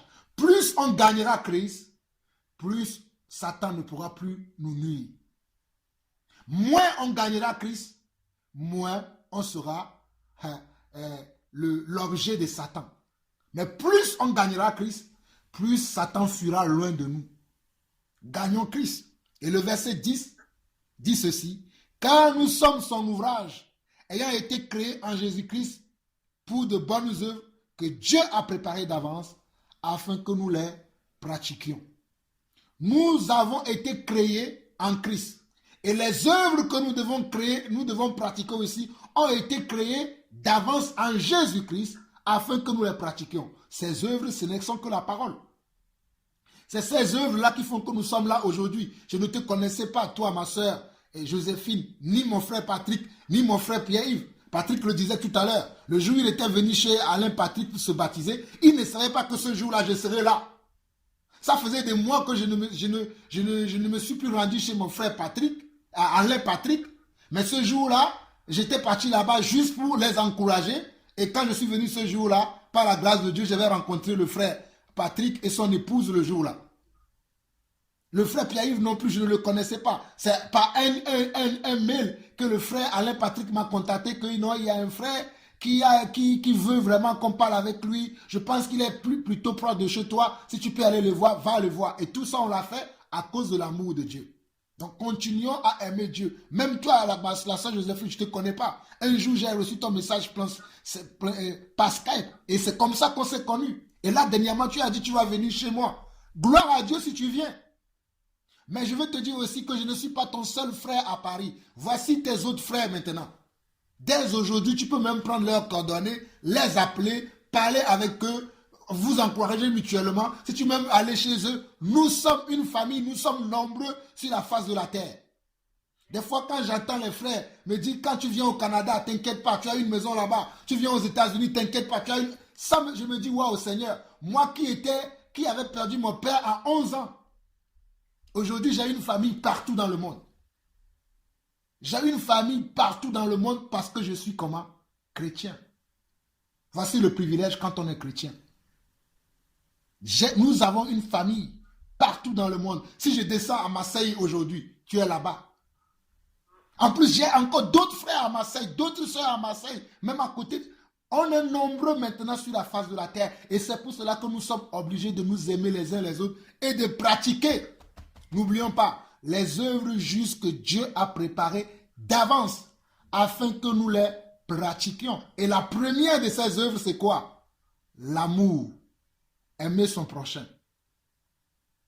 Qu'il soit croyant comme nous, qu'il ait le degré de sanctification comme nous, ce n'est pas ça que nous devons regarder en premier. La première des choses que nous devons regarder, c'est d'aimer la personne.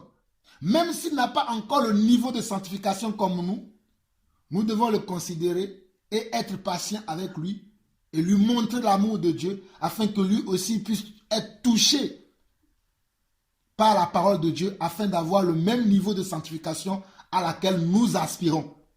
Parce que mon niveau de sanctification n'est pas pareil à celui de Pierre-Yves, ni à Patrick, ni à toi, et ce que tu as n'est pas pareil ni à moi, parce que nous sommes tous différents dans le Seigneur.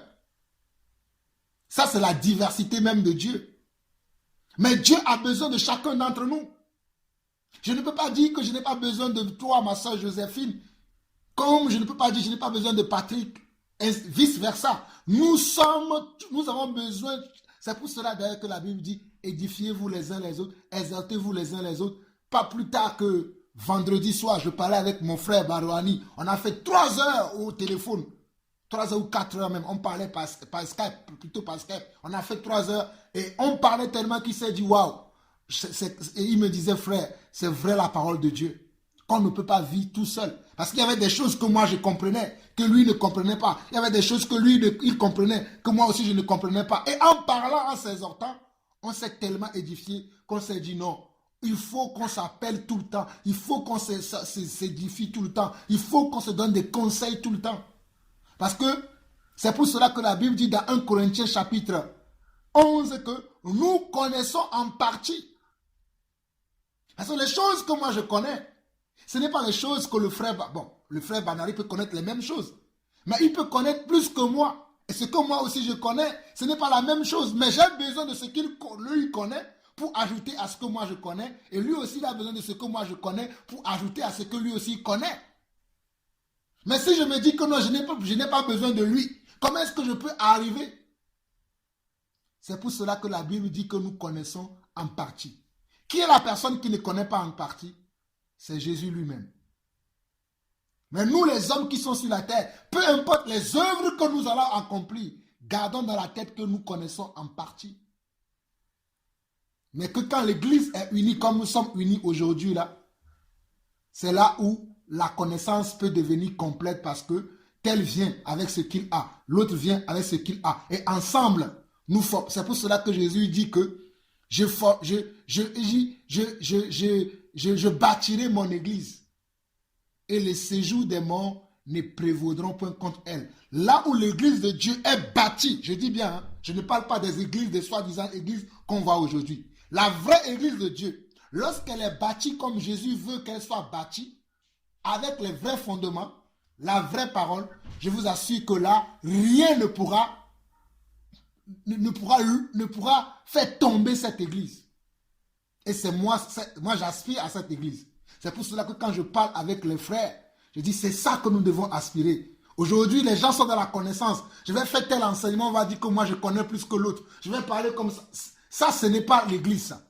Ça, c'est les hommes. On n'est pas là pour démontrer nos connaissances. On est là pour démontrer l'amour de Christ. Bon, bref. On va lire un dernier verset. Que le Seigneur nous aide. Hein. Je ne suis pas en train de jeter la pierre sur quelqu'un ou non, mais que le Seigneur nous fasse comprendre vraiment ce pourquoi il nous a appelés. Dieu nous a appelés pour que nous puissions nous aimer les uns les autres, nous corriger aussi. C'est d'ailleurs une des choses que je parlais avec le frère Barwani vendredi, c'est la correction. Aujourd'hui, on n'aime pas la correction. Oh non, moi je connais tellement le frère. Oh non, c'est moi qui lui ai enseigné la parole, c'est moi qui l'ai baptisé, il peut pas. On doit sortir de toutes ces choses. Oh non, oui, on doit maintenant sortir de toutes ces choses et accepter, même en étant des enseignants. Si on fait mal, dis frère, j'ai fait mal. Je te demande pardon. Si on n'arrive pas à ce niveau-là, on n'a pas encore gagné Christ. Et c'est là où je vais finir avec le dernier passage qu'on va lire aujourd'hui. Et si Jésus ne revient pas entre-temps, dimanche, je vais approfondir cet enseignement-là qui est « Nous sommes en qui? En Christ ». Nous sommes en Christ. Qu'est-ce que cela veut dire? Parce que beaucoup de personnes disent aujourd'hui « Nous sommes en Christ aujourd'hui », mais ils ne se rendent pas compte de ce que cela veut dire réellement. On doit être capable de comprendre qu'est-ce que cela veut dire être en Christ. Mais aujourd'hui, beaucoup de gens disent ça, mais ils ne se rendent pas compte de ce que cela veut dire. Lisons 2 Pierre, verset 1 à 16, verset 1 à 18, et on va s'arrêter là aujourd'hui. Frère Patrick, tu peux nous lire ça? 2 Pierre, verset 1 à 18. 2 Pierre? Oui, 2 Pierre, verset 1 à 18. À 18. Oui. Ce qui était de le commencement, c'est ce que nous avons entendu, ce que nous avons vu de nos yeux, ce que nous avons contemplé et que nos mains ont touché. Tu es où là? Tu es où? Tu es en 2 Pierre? Je suis après 1 Pierre. Oui. Je suis après 1 Jean. Oui. C'est deuxième épître de Pierre. 1 verset 18. Oui. Bon. Du verset 1 à 18. À 18, ouais, Oui. c'est bon. Ouais. Simon Pierre, serviteur et apôtre de Jésus-Christ, à ceux qui ont reçu en partage une foi du même prix que la nôtre par la justice de notre Dieu et Sauveur Jésus-Christ. Que la grâce et la paix vous soient multipliées par la connaissance de Dieu, de Jésus-Christ notre Seigneur. Sa divine puissance nous a donné tout ce qui contribue à la vie et à la piété, en nous faisant connaître celui qui nous a appelés par sa propre gloire et par sa vertu. Par elle, les promesses les plus précieuses et les plus grandes nous ont été données, afin que par elles vous deveniez participants à la nature divine, en fuyant la corruption qui existe dans le monde, par la convoitise. À cause de cela même, faites tous vos efforts pour joindre à votre foi la vertu, à la vertu la connaissance, à la connaissance la maîtrise de soi, à la maîtrise de soi la persévérance, à la persévérance la piété, à la piété la fraternité, à la fraternité l'amour. En effet, si ces choses existent en vous et s'y multiplient, elles ne vous laisseront pas sans activité ni sans fruit pour la connaissance de notre Seigneur Jésus-Christ. Mais celui qui ne les possède pas est un aveugle, il a les yeux fermés, il a mis en oubli la purification de ses anciens péchés. C'est pourquoi, frères, efforcez-vous d'autant plus d'affermir votre vocation et votre élection. En le faisant, vous ne broncherez jamais. C'est ainsi que vous serez largement accordé l'entrée dans le royaume éternel de notre Seigneur et Sauveur Jésus-Christ. Voilà pourquoi je veux toujours vous rappeler ces choses, bien que vous les sachiez et que vous soyez affermis dans la vérité présente. J'estime juste, aussi longtemps que je suis dans cette tente, de vous tenir en éveil par mes rappels. Car je sais, comme notre Seigneur Jésus-Christ me l'a fait connaître, que mon départ de cette tente est imminent. Mais j'aurai soin qu'après mon départ, vous puissiez en toute occasion vous en souvenir. Ce n'est pas en effet en suivant des fables habilement conçues que nous vous avons fait connaître la puissance et l'avènement de notre Seigneur Jésus-Christ, mais parce que nous avons vu sa majesté de nos propres yeux, car il a reçu honneur et gloire de Dieu le Père, quand la gloire pleine de majesté lui fit entendre cette voix. Celui-ci est mon Fils bien-aimé, objet de mon affection. Nous avons entendu cette voix venant du ciel lorsque nous étions avec lui sur la sainte montagne. Amen. Oui. Amen. C'est le verset 18 que je vais essayer que vous puissiez comprendre. Mais je vais reprendre quelques versets qui sont très importants. Ce sont des versets qui font partie de moi, qui hantent ma tête tous les jours. Lorsque je veux perdre un peu, je vais aller dans n'importe quel sens, ces versets-là reviennent toujours dans ma tête. C'est ça qui me fait garder le cap. Lisons à partir du verset 5. Il dit, on peut lire même à partir du verset 3. Il dit, sa divine puissance nous a donné tout ce qui contribue à la vie et à la piété, au moyen de la connaissance de celui qui nous a appelés par sa propre gloire et par sa vertu. On nous dit sa divine puissance, pas celui qui nous a appelés, c'est Christ. Bon, maintenant on nous dit, celle-ci nous assure de sa part les plus grandes et les plus précieuses promesses, afin que par elle, vous deveniez participants de la nature divine. On doit devenir participant de la nature divine. Quand on marche comme Dieu, on devient participant de la nature divine. Dieu veut nous appeler des partenaires. Mais nous voulons rester comment? Nous voulons rester clients. Moi, je ne veux plus être client. Je veux devenir un partenaire, un participant de Dieu lui-même. Mais je continue. De la nature divine, en fuyant la corruption qui existe dans le monde par la convoitise.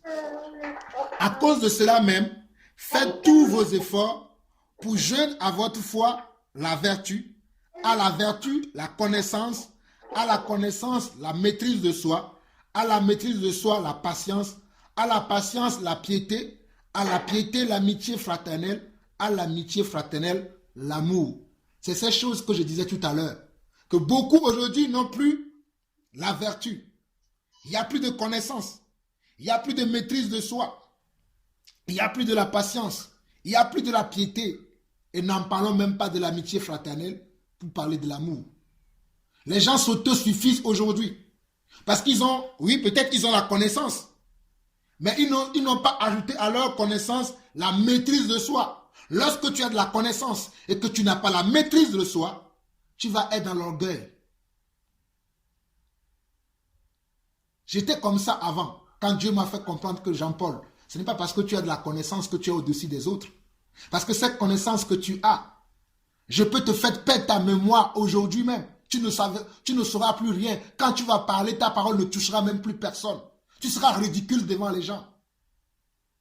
J'ai dit, ah Seigneur, je vais faire attention maintenant à comment je parle aux gens. Je vais considérer les gens maintenant. Je vais voir les gens plus grands que moi. Et regardez bien que le verset 8 dit que, car si ces choses sont en vous, et s'ils y sont avec abondance, elles ne vous laisseront point oisifs ni stériles pour la connaissance de notre Seigneur Jésus-Christ. Les gens qui n'ont pas ces choses-là, je vais réciter les choses.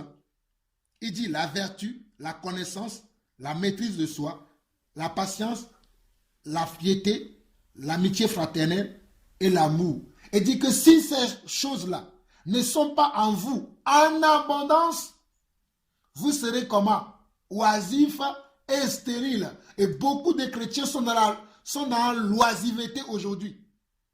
Ils vont être dans les débats qu'il ne faut pas. Moi, je ne suis pas dans les débats inutiles aujourd'hui.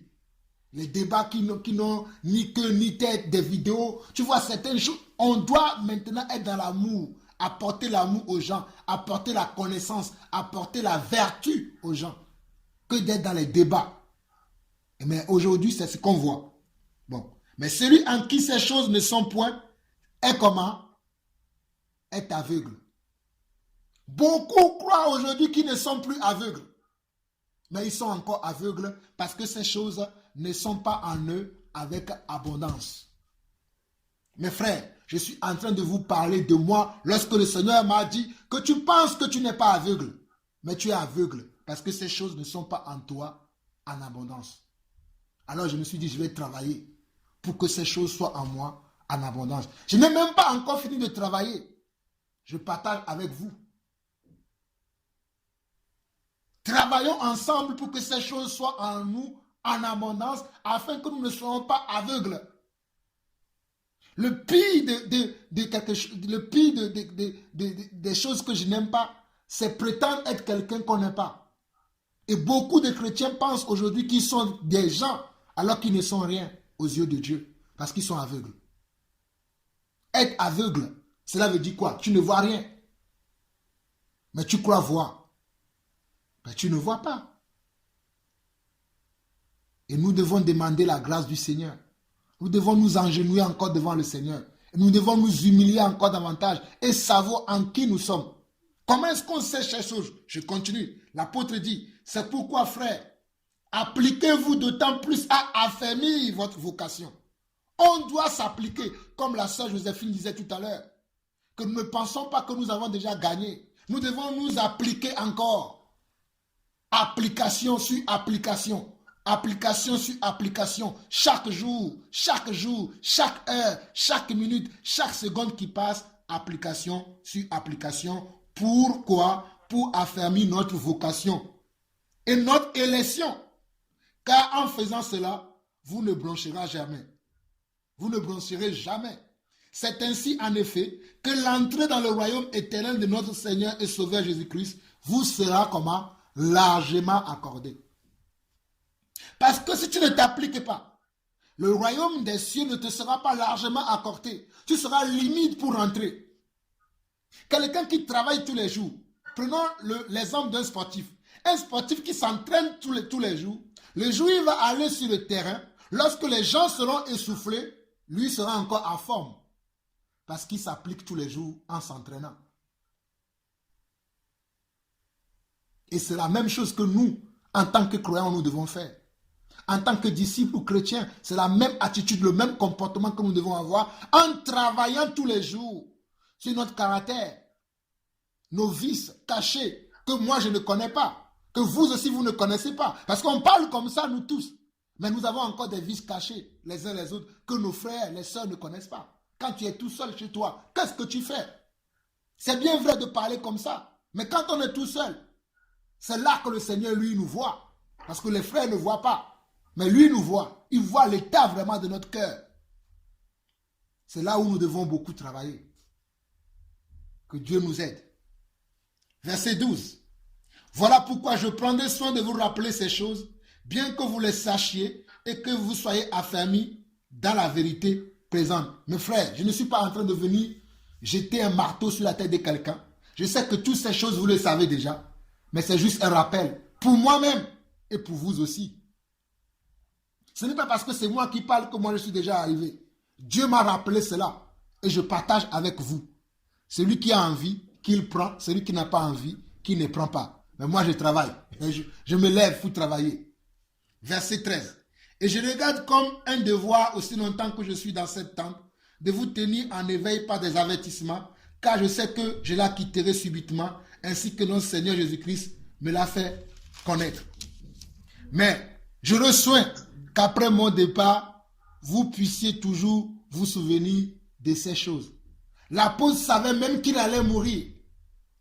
Mais il prenait toujours le temps de dire les choses qui sont les plus importantes que les gens doivent savoir. Les choses qui sont les plus importantes que nous devons savoir aujourd'hui, ce n'est pas si je dois dire bonne année à quelqu'un. Comme je l'ai dit au début de l'année. Le fait de dire bonne année à un frère, ça ne va rien changer sur la vie de la personne, ni sur ta vie. Ce n'est pas ça le problème. Mais quel est le tête de ton cœur aujourd'hui? C'est ça qui est important.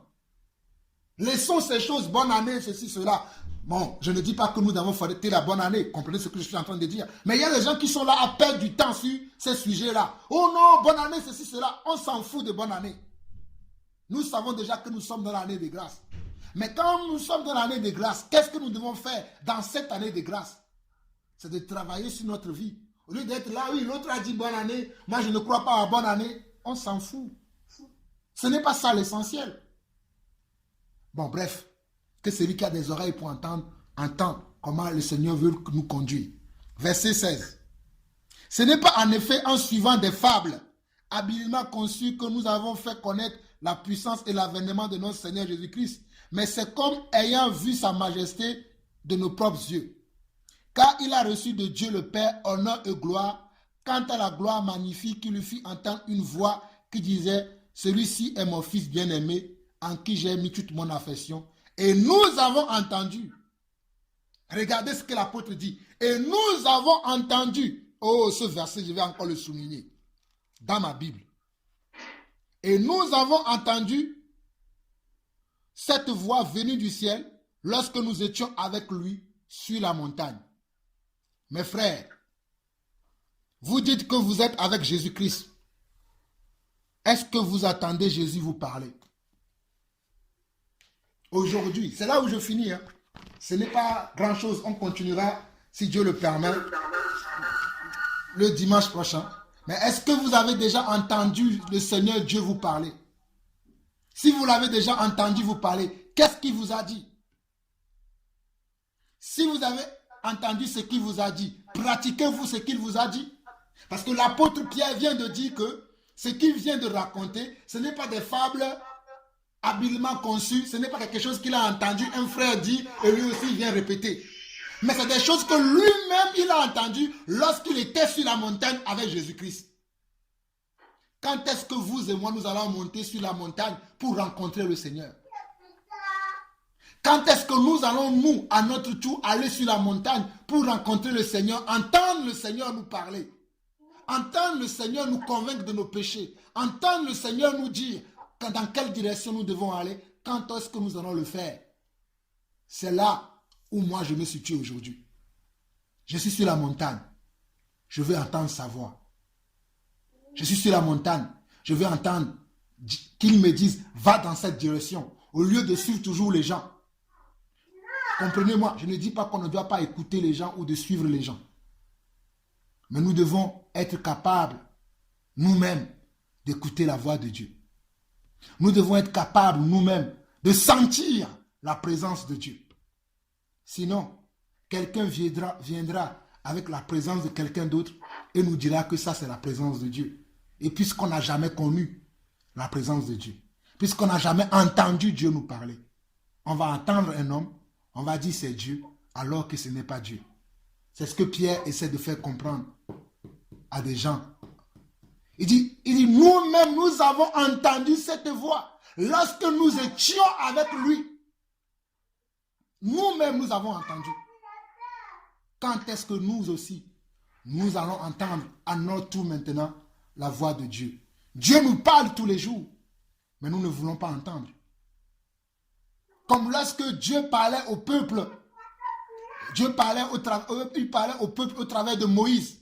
Les gens ont dit, oh non, non, non, non, non, Moïse, tu nous mens, tu racontes n'importe quoi. Laisse-nous aussi, nous-mêmes, nous allons écouter Dieu. Moïse a dit, vous êtes prêts? Ok, il a dit, sanctifiez-vous. Pendant 7 jours, Dieu viendra vous parler. Et lorsque Dieu a voulu venir parler à ces hommes, eux-mêmes, ils ont encore dit, non, non, non, Moïse, oh non, non, non, toi, va plutôt écouter Dieu et nous rapporte-nous la parole. Et c'est la même chose que nous vivons aujourd'hui. Les gens eux-mêmes ne veulent pas écouter Dieu. Ils veulent que les hommes aillent écouter Dieu et revenir leur parler de ce que Dieu leur a dit. Et c'est pour ça que nous voyons tous ces cinémas qui se passent dans les églises. Parce que personne ne veut payer le prix. Personne ne veut se remettre en cause. Mes frères, je ne vais pas beaucoup parler. Que celui qui a des oreilles pour entendre, c'est ce que Dieu a mis dans mon cœur, juste pour conclure ce moment de partage que nous avons eu. Je bénis le Seigneur pour chacun de nos vies. Continuons et que le Seigneur bénisse chacun d'entre nous. Amen.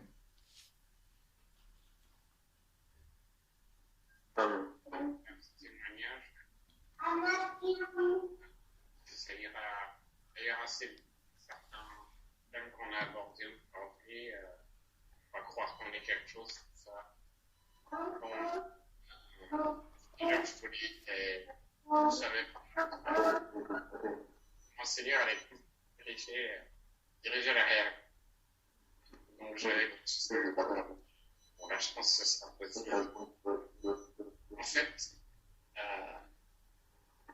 pour faire c'est au foyer dans la salle, il y a une salle, une table. En fait, le groupe de résidents à cette table, ils ont un certain esprit. En fait, le résident il a évolué, quoi. Il y en a qui sont morts.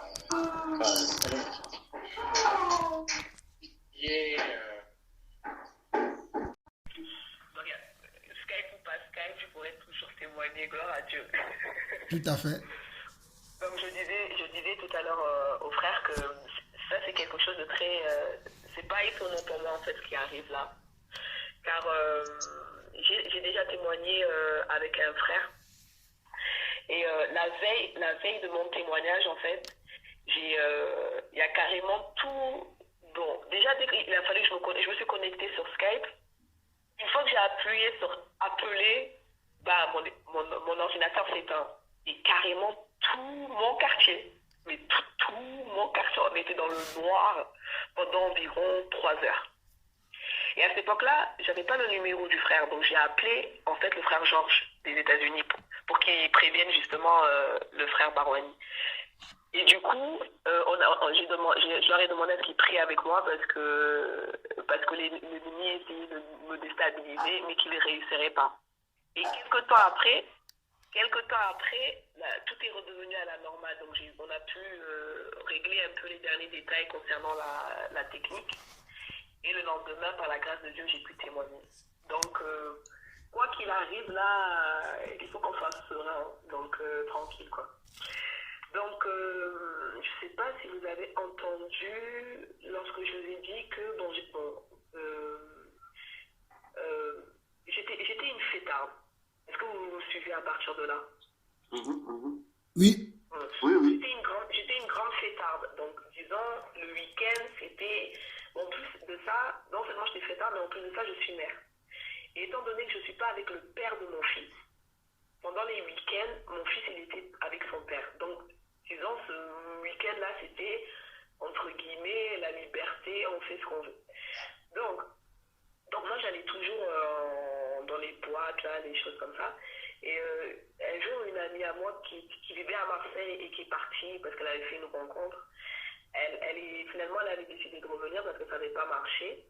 Et entre-temps aussi, cette amie en question, elle a perdu son père. Et depuis qu'elle a perdu son père, elle était dans cette quête de se rapprocher de Dieu. Donc elle disait, bon, parce que nous, à l'époque, pour nous chrétiens, ça voulait dire, on est baptisés, et on nous a baptisés jeunes, et puis voilà, qu'on est chrétiens. Il suffit d'être baptisé, même si tu peux, dans les des abominations, faire des choses horribles, tu es chrétien. Donc pour moi, oui, je suis chrétienne, mais je suis non pratiquante. Voilà, c'est le terme que j'ai employé. Je crois en Dieu, mais je suis non pratiquante. Donc,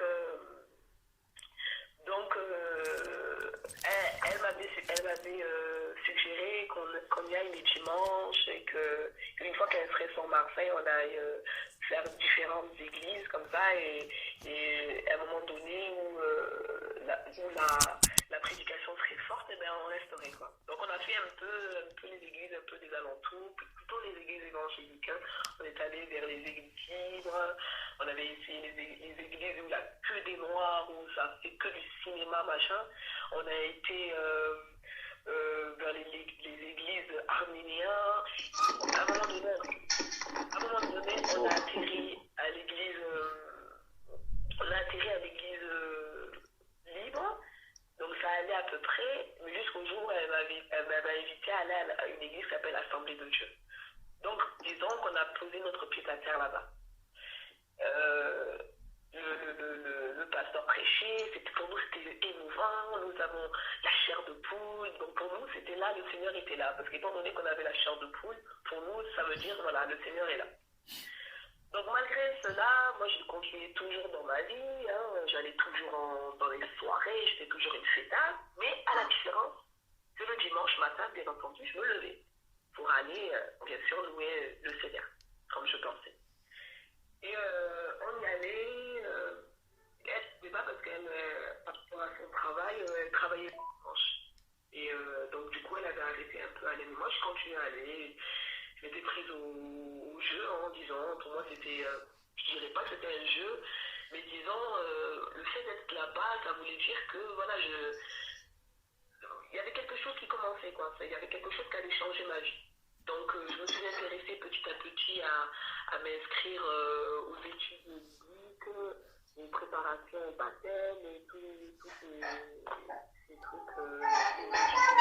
Donc, j'y allais et je prenais un peu plaisir. Et le pasteur, ultérieurement, nous avait dit les chrétiens doivent lire leur Bible et qu'il y avait, disons, une solution à cela. Déjà, c'est très étonnant qu'il dise ça parce que, quand même, en tant que chrétien, la Bible, c'est censé être notre nourriture spirituelle. Donc, bon, ouais. Maintenant, je me dis ça, mais à cette époque-là, pour moi, c'était oui, c'est normal ce qu'il disait, quoi. Donc, il avait dit qu'on la Bible, enfin, 3 chapitres par jour, à lire la Bible. Donc moi je m'étais prise au jeu. Hein. Pour moi, comme je disais, c'était comme un jeu, pas vraiment un jeu, mais comme si quoi. Donc je lisais les 3 chapitres par jour, donc je lisais l'Ancien Testament, je lisais le Nouveau Testament. Bon, le Nouveau Testament me plaisait plus bien parce que c'était plus, disons, actuel pour moi et je comprenais plus les termes. En fait, je comprenais sans vraiment comprendre. Mais pour moi, l'Ancien Testament, c'est vraiment pas quelque chose à lire. En gros, je lisais, mais sans vraiment prêter très attention. Donc, je tombais dans le Nouveau Testament, la femme qui devait se soumettre à son mari, notamment qu'elle devait se voiler. Et pour moi, à cette époque-là, quand je lisais la parole, je disais, mais là, en fait, là, ce qui est écrit, ça n'avait pas adressé, là. Parce que là, à l'époque, j'étais en 2013, ça n'osait pas adresser, là. Là, en 2013, les femmes, elles sont égales. L'homme et la femme, c'est égal. Donc là, ce qui est écrit, ça ne me concerne pas. Après, il y avait des choses que je respectais, notamment, par exemple, c'est quoi donc, de plus mentir. Parce que moi, j'avais ce péché-là de mentir constamment. Et je me surprenais à voir que même quand j'avais envie de mentir, eh ben, je ne pouvais pas vraiment mentir. Et jusqu'au jour où vraiment le mensonge a disparu par la grâce de Dieu. Donc petit à petit comme ça. Et un jour, j'ai cette amie en question là, qui m'avait initié à aller dans les bâtiments. Elle disait que sa tante allait se marier. Et ah oui, donc entre-temps, oui, bien sûr, j'ai été baptisée par immersion. Donc petit à petit, quand même, il y avait disons, des versets qui me restaient en fait en tête lorsque je faisais quelque chose. Je sais que moi j'étais beaucoup dans la fornication et concernant les versets sur la fornication, eh ben, je savais que c'était mal.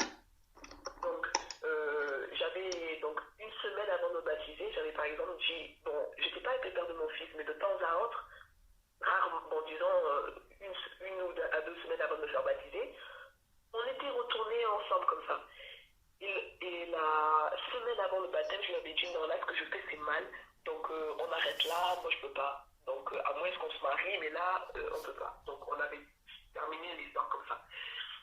Donc, voilà, il y a eu certains versets comme ça que, quand même, je ne pouvais pas trop me battre avec. Et, donc, ma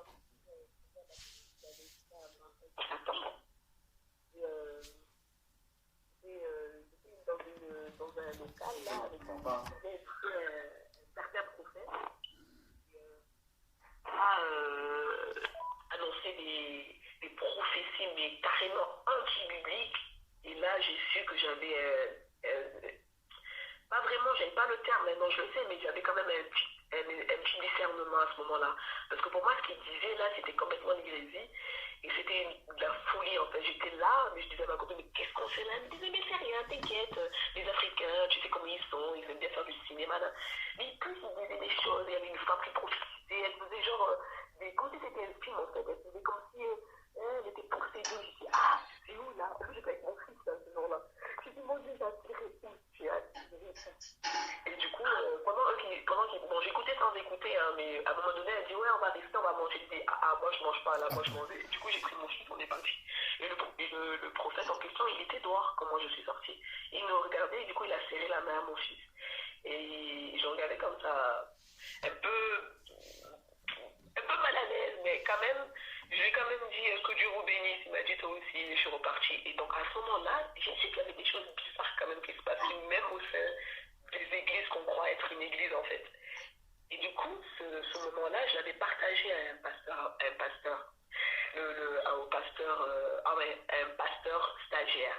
D'ailleurs, ce terme aussi très étrange, mais bon, un pasteur stagiaire. Donc, je lui avais partagé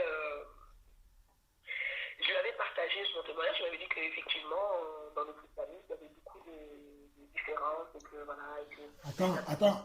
Là, ta voix part. Hein. Des fois, ta voix part, on ne t'écoute pas bien. On n'entend pas très très bien. Tu as un téléphone fixe? Oui. Oui, c'est. Attends, donne-moi le fixe, parce que avec le fixe, ça va aller mieux que le portable. Parce que des fois, avec le portable, ta voix part, en fait.